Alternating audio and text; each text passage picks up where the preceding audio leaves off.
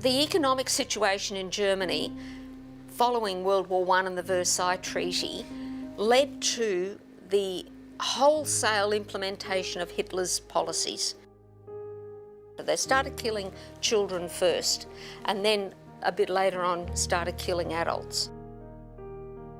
It's not surprising that the nurses in the Nazi era got caught up in all this. The propaganda was everywhere about killing people who were considered life unworthy of life. Useless feeders was the term they used. The nurses were the ones who held the children while they were being killed. They gave them the overdoses of drugs. They were the ones who put them out on the verandas to die of hypothermia. The nurses were the ones who withheld the feeding so the children would die of starvation.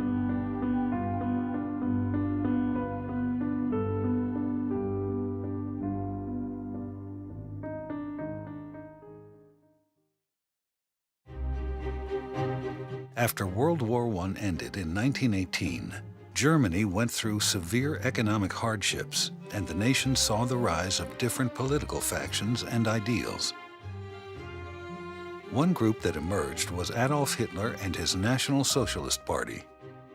Of course, there was rampant inflation, there was great poverty and social disadvantage because of the reparations which had to be paid back after the Treaty of Versailles. Money was devalued, and they saw a strong leader that was restoring order.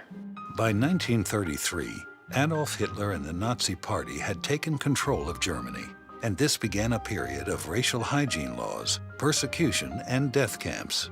Hitler wanted to create the master race and eliminate Jews and other people he considered inferior to the Aryan race. Innocent children and concentration camp prisoners suffered through horrific medical experiments. All of this was accomplished with the assistance of German doctors and nurses.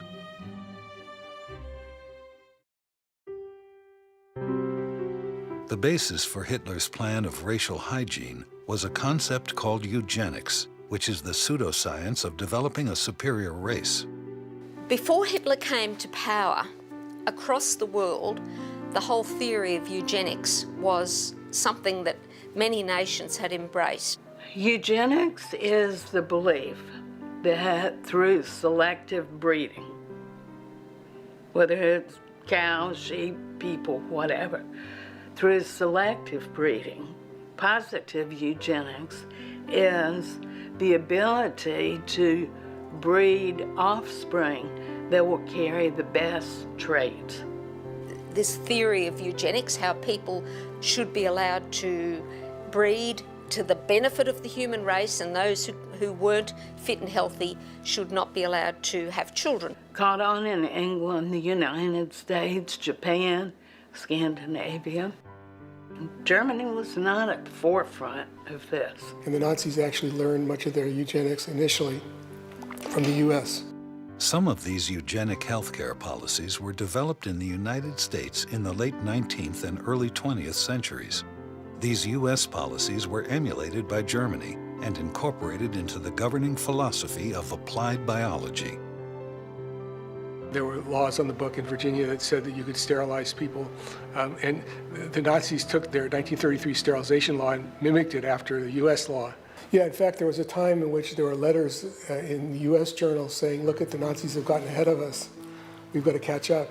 And so, of course, when Hitler came along with his racial theories, he realised that this eugenics was a really good idea, and he manipulated it to fit his racial theories, all mixed in with the Jews, the Gypsies, everybody else who was considered racially inferior. All of this would lead to an appalling era in world history called the Holocaust, a period of persecution and mass murder. The Holocaust has been defined as the 12-year period from Hitler's rise to power in 1933 until the end of the war, 1945. It was a government-planned, government-supported mass extermination or mass killing And while it was targeted towards Jewish people, there were many other groups of individuals that suffered during the Holocaust. Hitler convinced the German people that the Jews were their enemy and the cause of their problems. He then created an atmosphere of racial intolerance and hatred of people deemed to be racially inferior. So every genocide, whether it's Rwanda, the Holocaust, begins with we versus them. So Hitler used the Jews and later other people as scapegoats for all that was wrong in Germany, particularly the economic woes. So he set up the we versus them. He institutionalized that.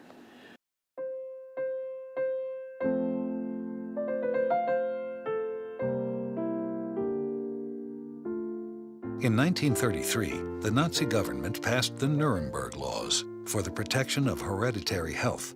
This legalized involuntary sterilization. So Hitler found a perfect meshing of his Nazi ideology with the eugenic Nazi medicine or racial hygiene movement. Germany's sterilization laws led to the involuntary sterilization by doctors of about 400,000 Germans.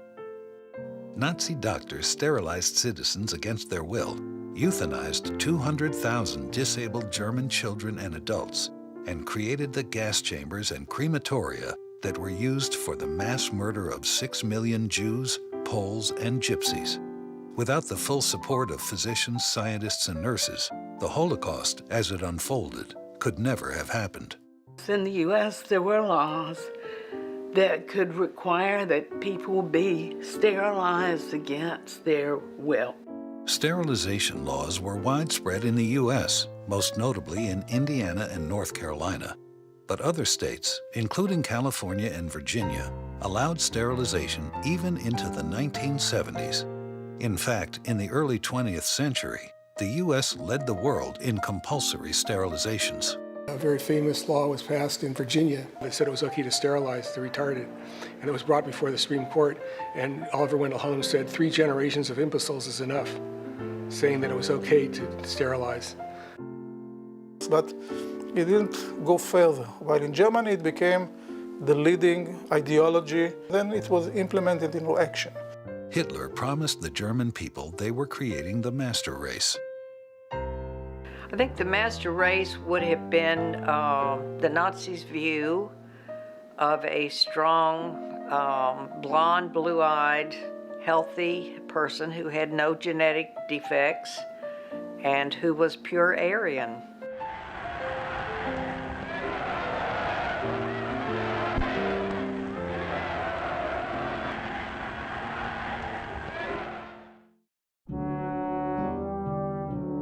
In the 1920s and 30s, Germany's medical community was considered the best in the world.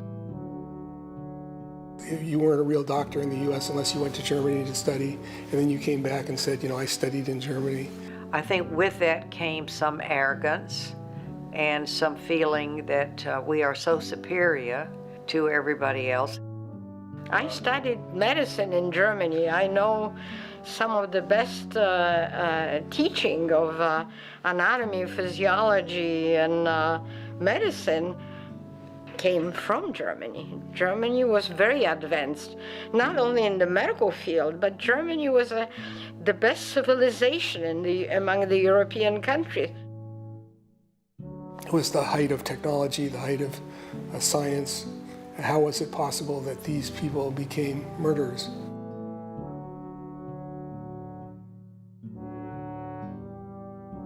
The majority of nurses were not members of the Nazi Party. However, to have a job in Germany, a nurse had to belong to one of several nursing organizations. There were 5 organizations for nurses. Among these, the National Socialist nurses and the Red Cross nurses swore an oath of allegiance to Hitler. Additionally, the Protestant Nurses Organization said that it greets National Socialism with an open heart.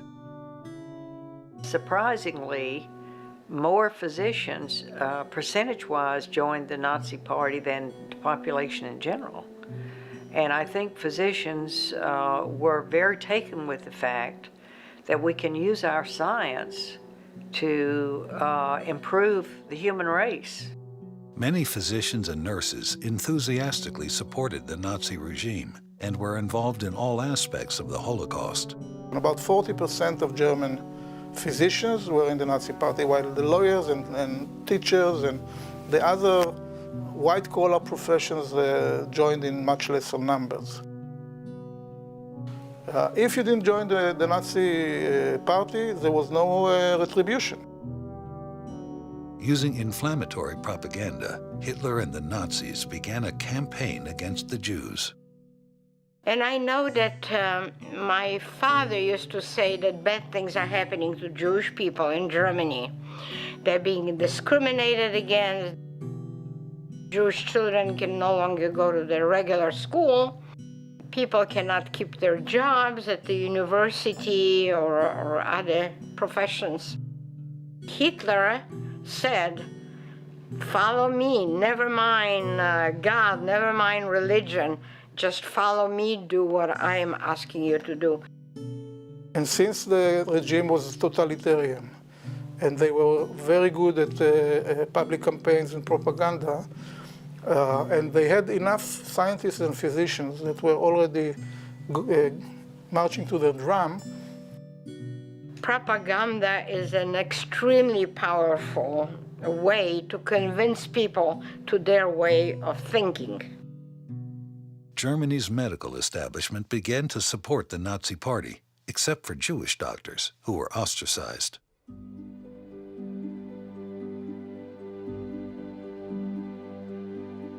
The official journal of the German Medical Association started to have a swastika on their journal, and they got rid of all the Jewish physicians, authors, people in office of all the different associations and societies very quickly.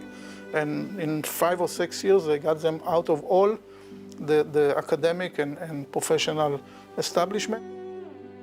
After years of strong Nazi propaganda, Germany's doctors and nurses began to accept the belief that racial hygiene would be good for the nation. Social Darwinism said we need to eliminate these inferior people that were handicapped, that were maybe mentally disturbed. We want a healthy, thriving society. In Germany, the proponents of the eugenic movement were the most prominent, the most powerful, the establishment. The legal system became Nazified immediately. Well, of course, it required lawyers, it required doctors, it required bureaucrats, it required administrators, but many of the nurses were the ones who actually carried out the injections. But for a long time, nurses were the agents of the physicians, and the physicians in the Nazi period were agents of the state. So that's very important, because physicians were no longer asked to care for patients, but to care for the state, the folk, the German folk. And so what was good for the state was what was important, not what was good for an individual patient. Obedience was still very much a part of the way nurses were taught and the way we thought. So it's not surprising that the nurses in the Nazi era got caught up in all this. Euthanasia programs were established in Nazi Germany in which children and adults were killed if they were considered unfit for life and were a burden on the state. The true meaning of euthanasia would be the mercy killing of a person with their permission or their request. However, this was not the case in Nazi Germany. These killings were without consent. They were murders. In the 1920s, German lawyer Karl Binding and German psychiatrist Alfred Hoche co-authored the book The Permission to Destroy Life Unworthy of Life. This book greatly influenced Hitler's thinking about euthanasia. Everybody had that propaganda thrown at them. It was common. It was everywhere, and it espoused the idea that people who were in some way deficient should be killed, so that they didn't carry on the defective genes and so that they weren't a burden on the state. So the nurses, just as everybody else in society, were susceptible to this. The nurses were working in hospitals where children with disabilities, people with mental illnesses, a whole range of conditions were cared for. They weren't coerced into becoming part of these programs. Once you accept humans can be humanized, eventually you can engage in exterminating it. And this was a gradual and very powerful and unfortunately very effective process that took place in Germany. The Nazi euthanasia program first started in 1939 as a means to eliminate handicapped children. You have families who, because of all the propaganda, are believing that to have a child with negative traits is a bad thing. It's bad for the health of Germany.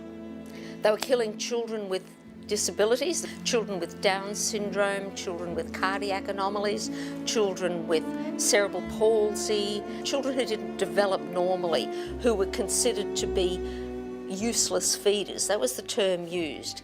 Public health nurses would go to the families, promise them, if you will give your child to us, your child will get the best care. And so people were falsely led to believe that and relinquish their children. The nurses were involved in the killing of children by giving them overdoses, by taking them outside knowing that it was going to contribute to their death. I got very interested in this when I found out that nurses actively killed their patients, and I became intrigued into how they could come to believe that killing was a legitimate part of their caring role, which they did. The propaganda around the whole idea of killing people for the good of the state was profound, even down to children doing exercises in their school books on how much it costs to keep people with a disability, for example. Midwives and physicians were mandated by German law to report any infant born with a birth defect, and the infant would be placed in an institution. Midwives were paid for each birth that they reported. Midwives were licensed. They had to go through a similar training period as nursing, and many of them were independent practitioners. So not long after the child was put into a home, he or she would then be moved to another institution further away. Of course, there was no consent, no nothing. These killings were done without the parents' approval, more or less, in the main. The nurses and the midwives who were involved in the carrying out, maybe not even the ideology, but were actually the doers of the euthanasia program. Euthanasia is really a euphemism for murder because these were not terminally ill patients. These were children that were taken and murdered, mostly children who had handicap or mental retardation. I think one deciding point is in Germany, the notion that the health of the public is more important than the health of the individual. So consequently, to remove an unhealthy element was seen as good.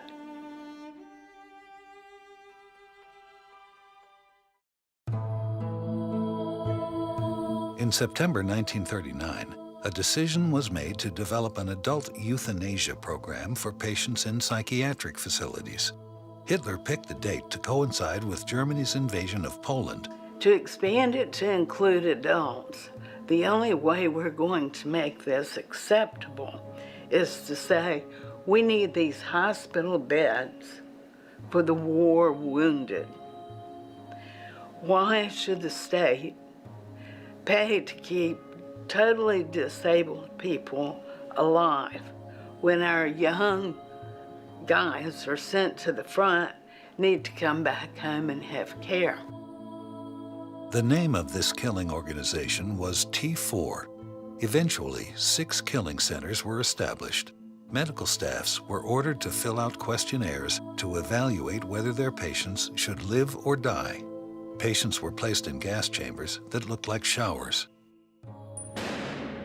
Then lethal carbon monoxide was pumped into the chambers, killing the patients. You have to justify and rationalize what you're doing because you're doing it. But they actually believed it. And they actually believed that what they were doing was saving the folk from its contamination, from the infection, that there was a disease. And the disease was the handicapped and the infirmed, and that they needed to be cured through killing, healing through killing. They were told they were being transferred. The nurses packed their clothes, their lunch, rode with them on the buses. The hospitals, these 6, had specially constructed kind of breezeways that the buses would go through so the patients could be unloaded into the hospital without being viewed by the community. However, it didn't take long for the communities near these hospitals to realize what was going on. People would see the buses. The buses were very unique, painted gray, the windows were painted over and so forth. The buses would arrive, and within a very short period of time, this acrid smoke would be billowing out of the chimneys. Each hospital had a department to write condolence letters to the families. And there were mix-ups. They would write and say, "We're sorry to tell you your uncle, Hans, died of appendicitis." And maybe he'd already had his appendix removed. People were becoming quite knowledgeable about what was going on. Even children would taunt other children, saying they're going to put you on the gray bus. You're going to go up the chimney. As knowledge of the gassing of patients became widespread, the decision was made to end the T4 euthanasia program in August 1941. This, however, did not end the killing of patients. The children's euthanasia program continued unabated until the end of the war.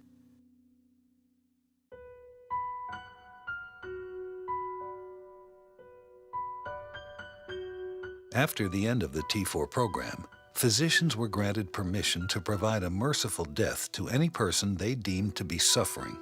These killings, which took place at many hospitals throughout the Third Reich, were known as wild euthanasia or decentralized euthanasia, and were carried out on an individual basis rather than by gassing. Patients, usually selected by physicians but killed by nurses, were administered overdoses of sedatives. More people died in wild euthanasia than in T4. Why did the nurses follow orders to kill? We do know that the doctors were the ones who signed the certificates that said whether the child was to live or die. It was the nurses who carried out the killings. The doctors didn't necessarily carry out the killings themselves. They may have dictated who was to die, but it was the nurses who carried out the killings. There are episodes where the nurses decided themselves to take things into their own hands and kill the patients because they knew they were going to die anyway, so he was suffering, so I'll do it now. He's going to die anyway, so I might as well do it quicker. There's the most mesmerizing quote from one of the nurses who talks about how lovingly we held them in our arms while we got them to drink this medication.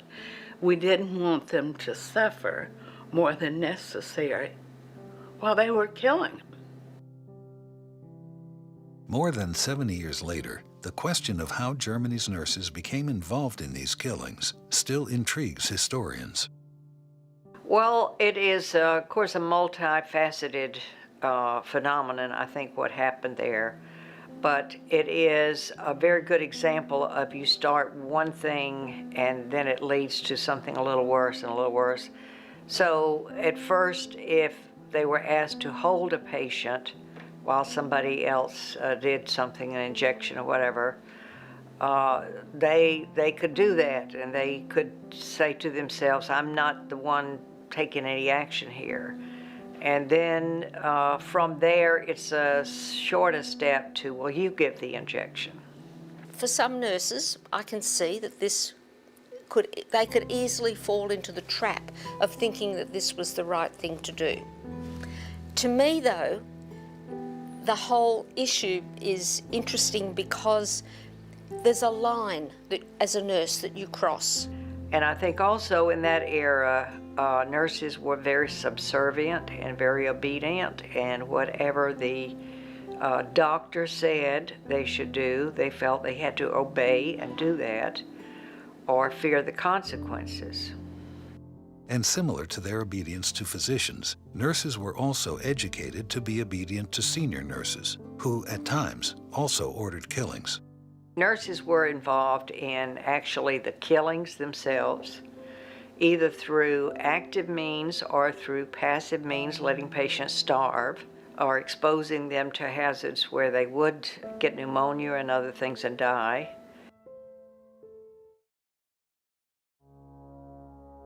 In 1939, World War II began when the Germans attacked and invaded neighboring Poland. Our building was actually also hit. Polish survivor Anna Steinberger recalls the bombing. And I could see the flames on the roof of the building. I asked my mom, what is going on? Do I go to school? And she says, no school today. Just go hide in the cellar. Polish Jews were rounded up into ghettos and later moved to other institutions for medical experiments. A decision was made by the Nazis in January of 1942 at the Wannsee Conference to go further with the final solution and move the Jews into death camps. So there were 4 camps that were specifically created as death camps. Belzec, Kelmo, Treblinka, and Sobibor.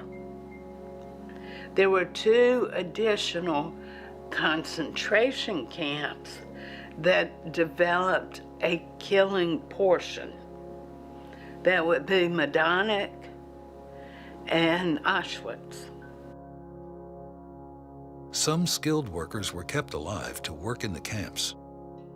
And the infrastructure and the know-how and the personnel of the 64 centers was actually transferred to Belzec, Sobibor, and Treblinka, and they have built the first gas chambers. And then some of the same doctors and nurses who were involved in the euthanasia program took the gas chambers down and reassembled them in the Poland at the concentration camps, where doctors selected at the ramps and were involved in supervising the gassings and killings.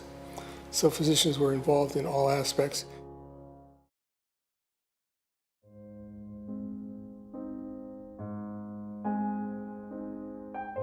Ravensbrück, located in Germany, was a camp for women. Most of the women were Polish. There were some Jews there, but most of the women were dissenters or women who'd caused trouble to the Nazis when the Nazis occupied Poland.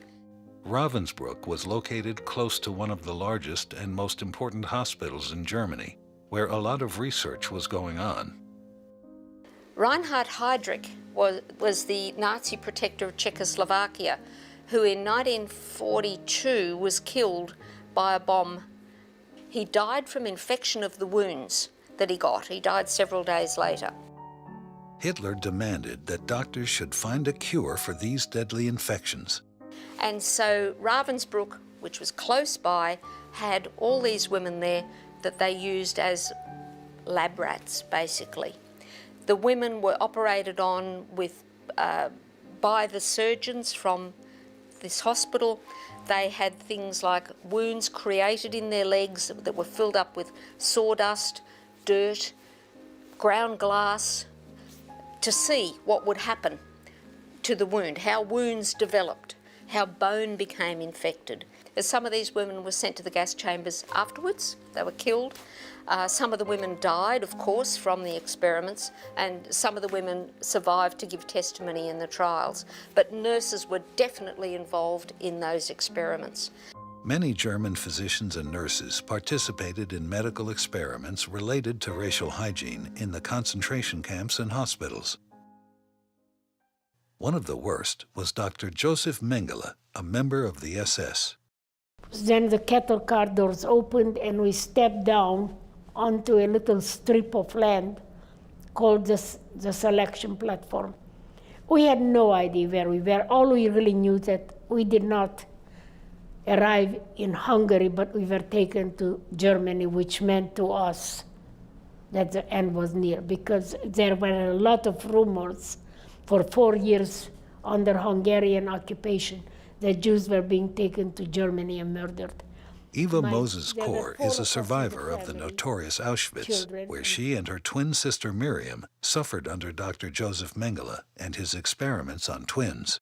There were 4 of us in the family, children and parents. My mother grabbed my twin sister and me by the hand because we were her youngest children, and she was hoping that as long as she could hold on to us, that she could protect us. Everything was moving very fast.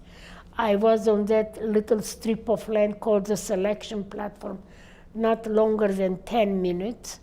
And in my childish curiosity, I looked around trying to figure out what that place was, when I realized that my father and 2 older sisters disappeared in the crowd, and I never saw them again. So as we were holding on to Mother, a Nazi was running, yelling in German, Zwillinge, twins, twins. We did not volunteer any information because we really had no idea what worked in that place. We were extremely troubled, confused, and exhausted. And he noticed us, approached us because we were dressed alike and we looked alike, and he demanded to know from my mother if we were twins. And my mother didn't know what to say. She asked if that was good. And the Nazi nodded yes, and my mother said yes. Then another Nazi came, pulled my mother in one direction. We were pulled in the opposite direction. As I look back, I remember my mother's arms stretched out in despair as she was pulled away. I never got to say goodbye to her, but of course I didn't really realize that this would be the last time we would see her. And all that took no longer than about 30 minutes. Miriam and I were alone. We had no idea what would happen to us. And all that was done to us for no other reason except that we were Jewish, and we really didn't understand why that was a crime. Then they lined us up for registration and tattooing, and when my turn came, I decided to give them as much trouble as a 10-year-old could. 4 people, 2 women prisoners and 2 Nazis restrained me. They pinned me on a bench while they heated a gadget that it looked like a writing pen with a needle at the end. And then when the needle got really hot, they dipped it into ink and they burned into my left arm the capital letter A-7063. The twins were housed in barracks according to age and sex. We became part of a group of little girls, all twins. In our transport, there were 13 sets of little girls, age 2 to age 16. That is the way they housed us in our barrack, according to age and sex. After roll call, we would go back to the barrack for Dr. Mengele's daily inspection.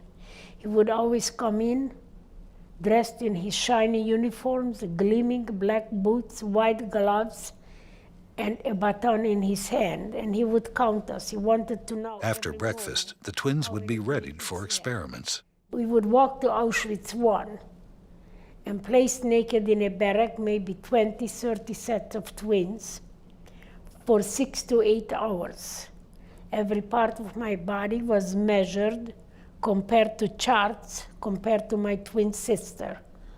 Those experiments were not dangerous, but they were unbelievably demeaning.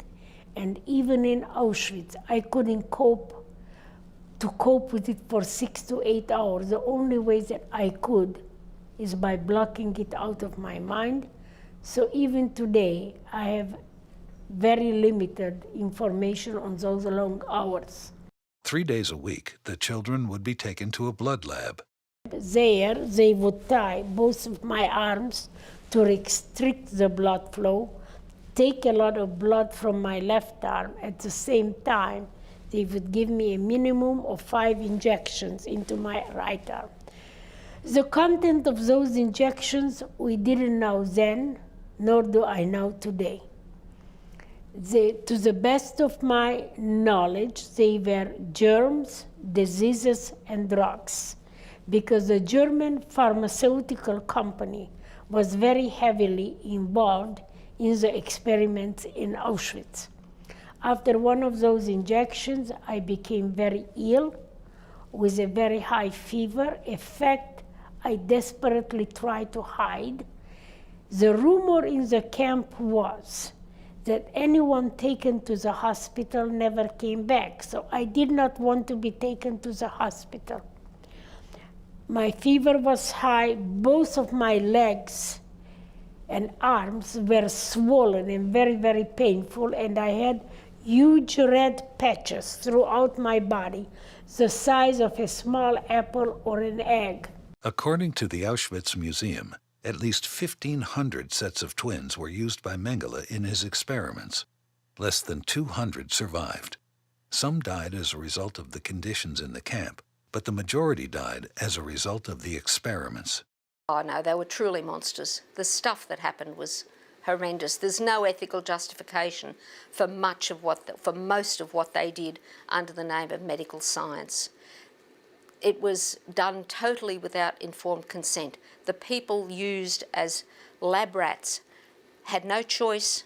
They were often killed immediately afterwards. They had the most horrendous things done to them. In the sterilization experiments performed at Auschwitz, it was often the nurses who would select and prepare the patients for the experiments.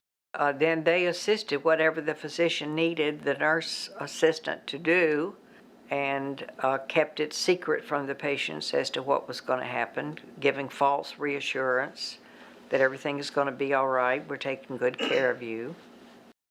At Dachau, a variety of unethical medical experiments were made using the prisoners as guinea pigs. Some of the cruelties are almost unbelievable. They had a purpose for each one of these, usually to benefit downed German pilots in freezing water or some other battlefield result. Author Vivian Spitz was an eyewitness court reporter for the Nuremberg war crimes trials of Nazi doctors. She refers to her book, Doctors from Hell, as she recalls the trial testimony she reported. The victims were German, Czech, and Polish gypsies who were deprived of food and given only brackish yellow seawater for days, resulting in, of course, excruciating pain and foaming at the mouth, and in most cases, madness. Many of these patients died. They did experimentations where they would keep people in freezing temperatures until they were almost dead, revive them, and then expose them again. Lowered the temperature, raised the temperature until they froze and died. And then they took them directly to the autopsy table in what they called terminal experiments. And so they did low pressure studies where they took concentration camp prisoners and put them into specially designed rooms where they sucked out the oxygen, let in the oxygen until their lungs exploded and they died in terminal experiments. There were studies of bone and muscle and infectious diseases. They were trying out new antibiotics. So they took concentration camp prisoners and cut open and filleted and infected their legs and wounds to create simulated wounds. We know that the sterilization program, the mercy killing program, and the unlawful, atrocious human experimentation program were masterminded, planned, suggested, implemented by physicians. Dr. Joseph Mengele was able to escape from Germany after the war and avoided apprehension by authorities. Joseph Mengele was the worst that we never got.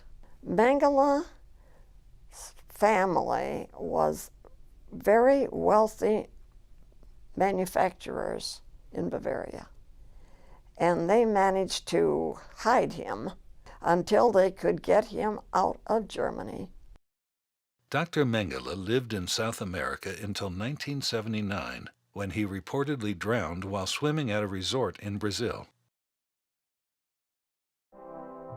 Finally, in May 1945, the war in Europe ended when the Germans surrendered to the Allies and the guns were silent. After the war, the Allies conducted the famous Nuremberg trials, and the world became aware of the atrocities of the Nazi doctors and nurses.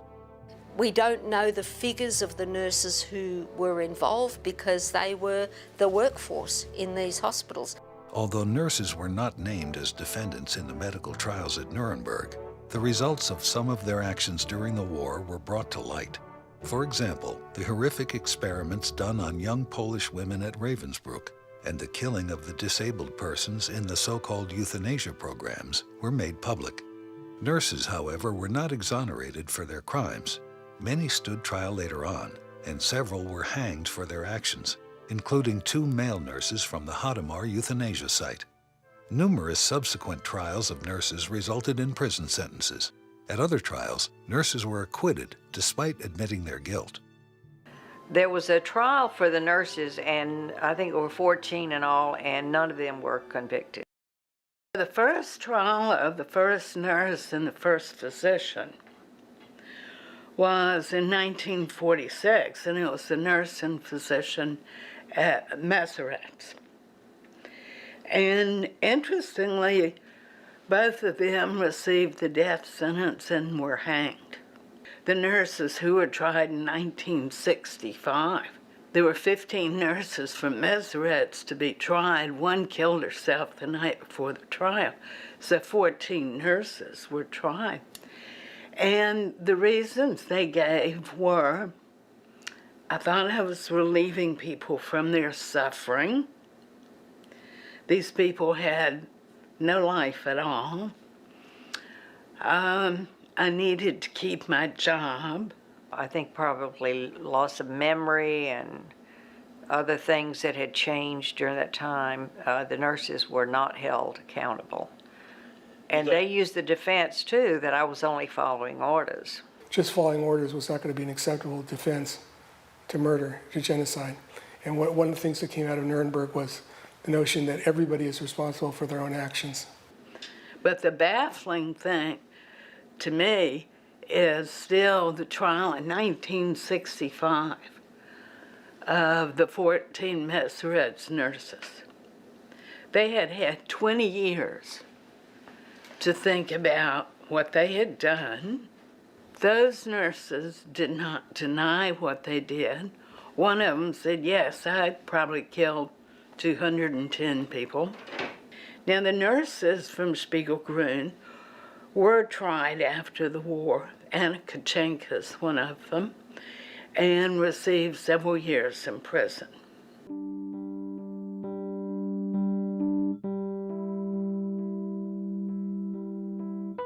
Not all of the nurses under the Third Reich were compliant with the Nazi ideology.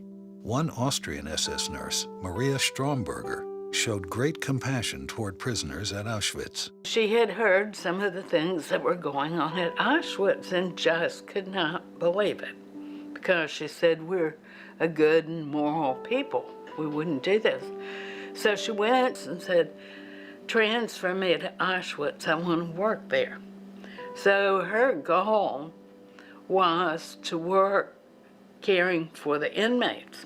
Eventually, she gained their trust and would smuggle out letters, documents, photographs.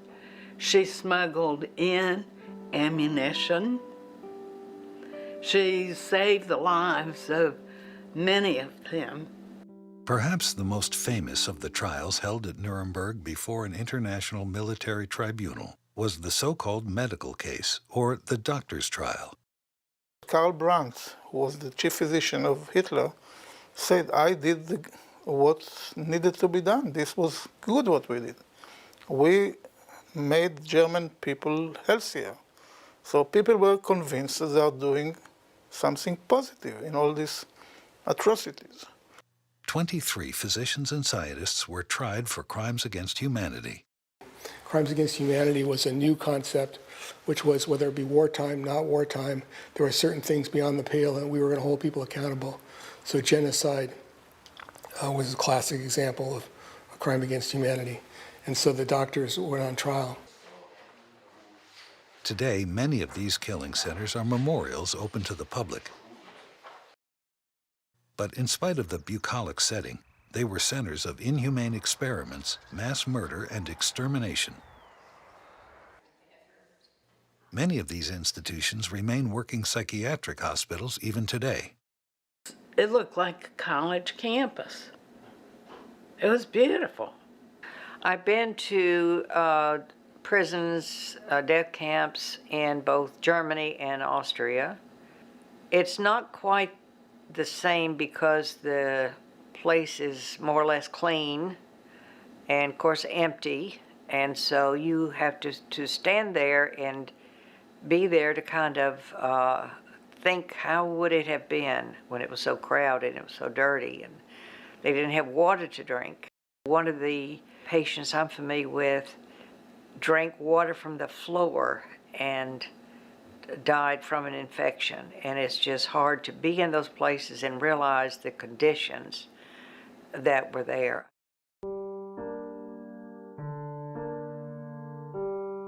Spiegelgrund is still a large, active hospital in Vienna. During the Holocaust, it consisted of a children's ward and became infamous for the euthanasia of the children there. The brains of many of these children were saved for years in the basement of Spiegelgrund. I think it is good that they're open to the public because you can read about it and you can see pictures, but until you are actually there and standing there, you don't get the emotions and the feeling that you would otherwise. All right, looks like he might have a rhythm back on the monitor. It's sinus, but slow. Although current healthcare in the U.S. is regarded as among the best in the world, there are elements that should cause us to reflect upon the similarities to German medicine in the 1930s. So it's important that for us, both as nurses who are looking at history and nurses working today, that we know about this history. Because unless we know, we can't stop it happening again, and it will happen again. Today, nurses are involved in the legal euthanasia of patients in Belgium, Holland, and Switzerland. Nurses are also involved in executions in the countries where the death penalty is legal. My take on it is that the nurses working in those areas should know the history so that they themselves can determine whether it's relevant to what they're doing and ask themselves the question, is this an ethical area in which I want to work? We physicians, nurses, have a power that, if we are not careful, can be abused. So by learning about how this power was abused in the worst way, we hope that you will inoculate yourself and be conscious and aware and reflective. Or how does any person know what is right from wrong? And I think that I have to have a conscience and a moral compass. That if somebody has no morality, then it's very difficult for them to really understand or judge for their own knowledge what is wrong and what is right. But if it hurts another human being, I think that it's morally wrong. I'm just amazed, even today, to ask someone who's a freshman in high school what they knew about the Nuremberg trials, and they don't know what you're talking about. Many young people today are not aware of the Holocaust and its place in history. They know that it was something happened, what they think is a long time ago, and it's over and it's never going to happen again, so why should we keep bringing it up? Those who cannot remember the past are condemned to repeat it. And that is exactly what is happening. I think it's important for all healthcare professionals to study what we've done in the past and to learn how those particular doctors and nurses and dentists and other health professionals got involved in the acts that they got involved in, because we're dealing with the same issues today and we always need to be alert. Let's hold CPR for a second. Regulatory procedures in the nursing profession today are more stringent than in the 1920s and 30s. There is an American Nurses Association. They have a code of ethics for nursing that guides the ethical conduct of nursing, but there is no regulatory backup for that code. It is simply a guidance. I think what is happening today is medical errors where sometimes nurses and others don't speak up when they see an error that's possible and that's likely to occur, and they don't speak up for fear of, well, the doctor must know what he or she is doing, and I don't want to embarrass myself by saying something and then it turns out not to be true. Today, medical experts are facing new technological and social issues. So I'm quite concerned about the physician-assisted suicide movement in the U.S. I think it's easier to get yourself killed than it is to get health care. I'm concerned when you have 40 million people who have access to no health care that you offer them euthanasia, you offer them assisted suicide. With these new developments, could the world see another era of unethical medical practices and experiments? You know, after the Holocaust, the motto was never again should the Holocaust happen.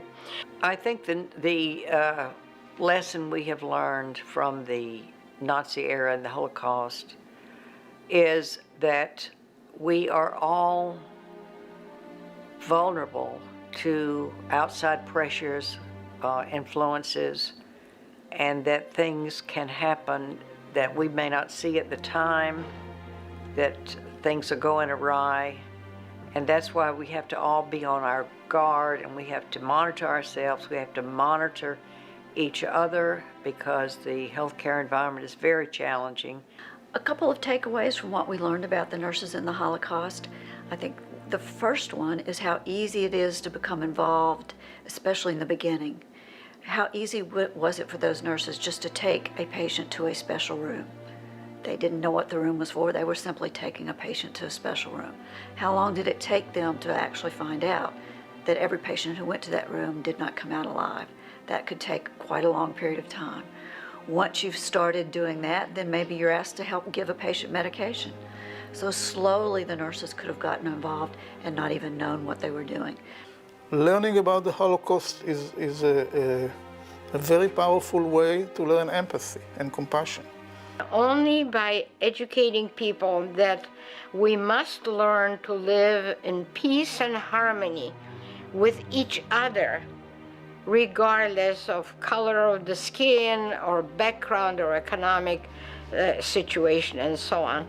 But the question, of course, is how did one of the most advanced societies, advanced in art, music, theater, writing, medicine, was, you weren't a real doctor in the U.S. unless you went to Germany to study, and then you came back and said, you know, I studied in Germany. And so it was the height of technology, the height of science. How was it possible that these people became murderers? It's easy to believe the Holocaust could never be repeated. The factors leading up to it are not unique to Germany. They are human factors that are present in every country, every culture, and every generation.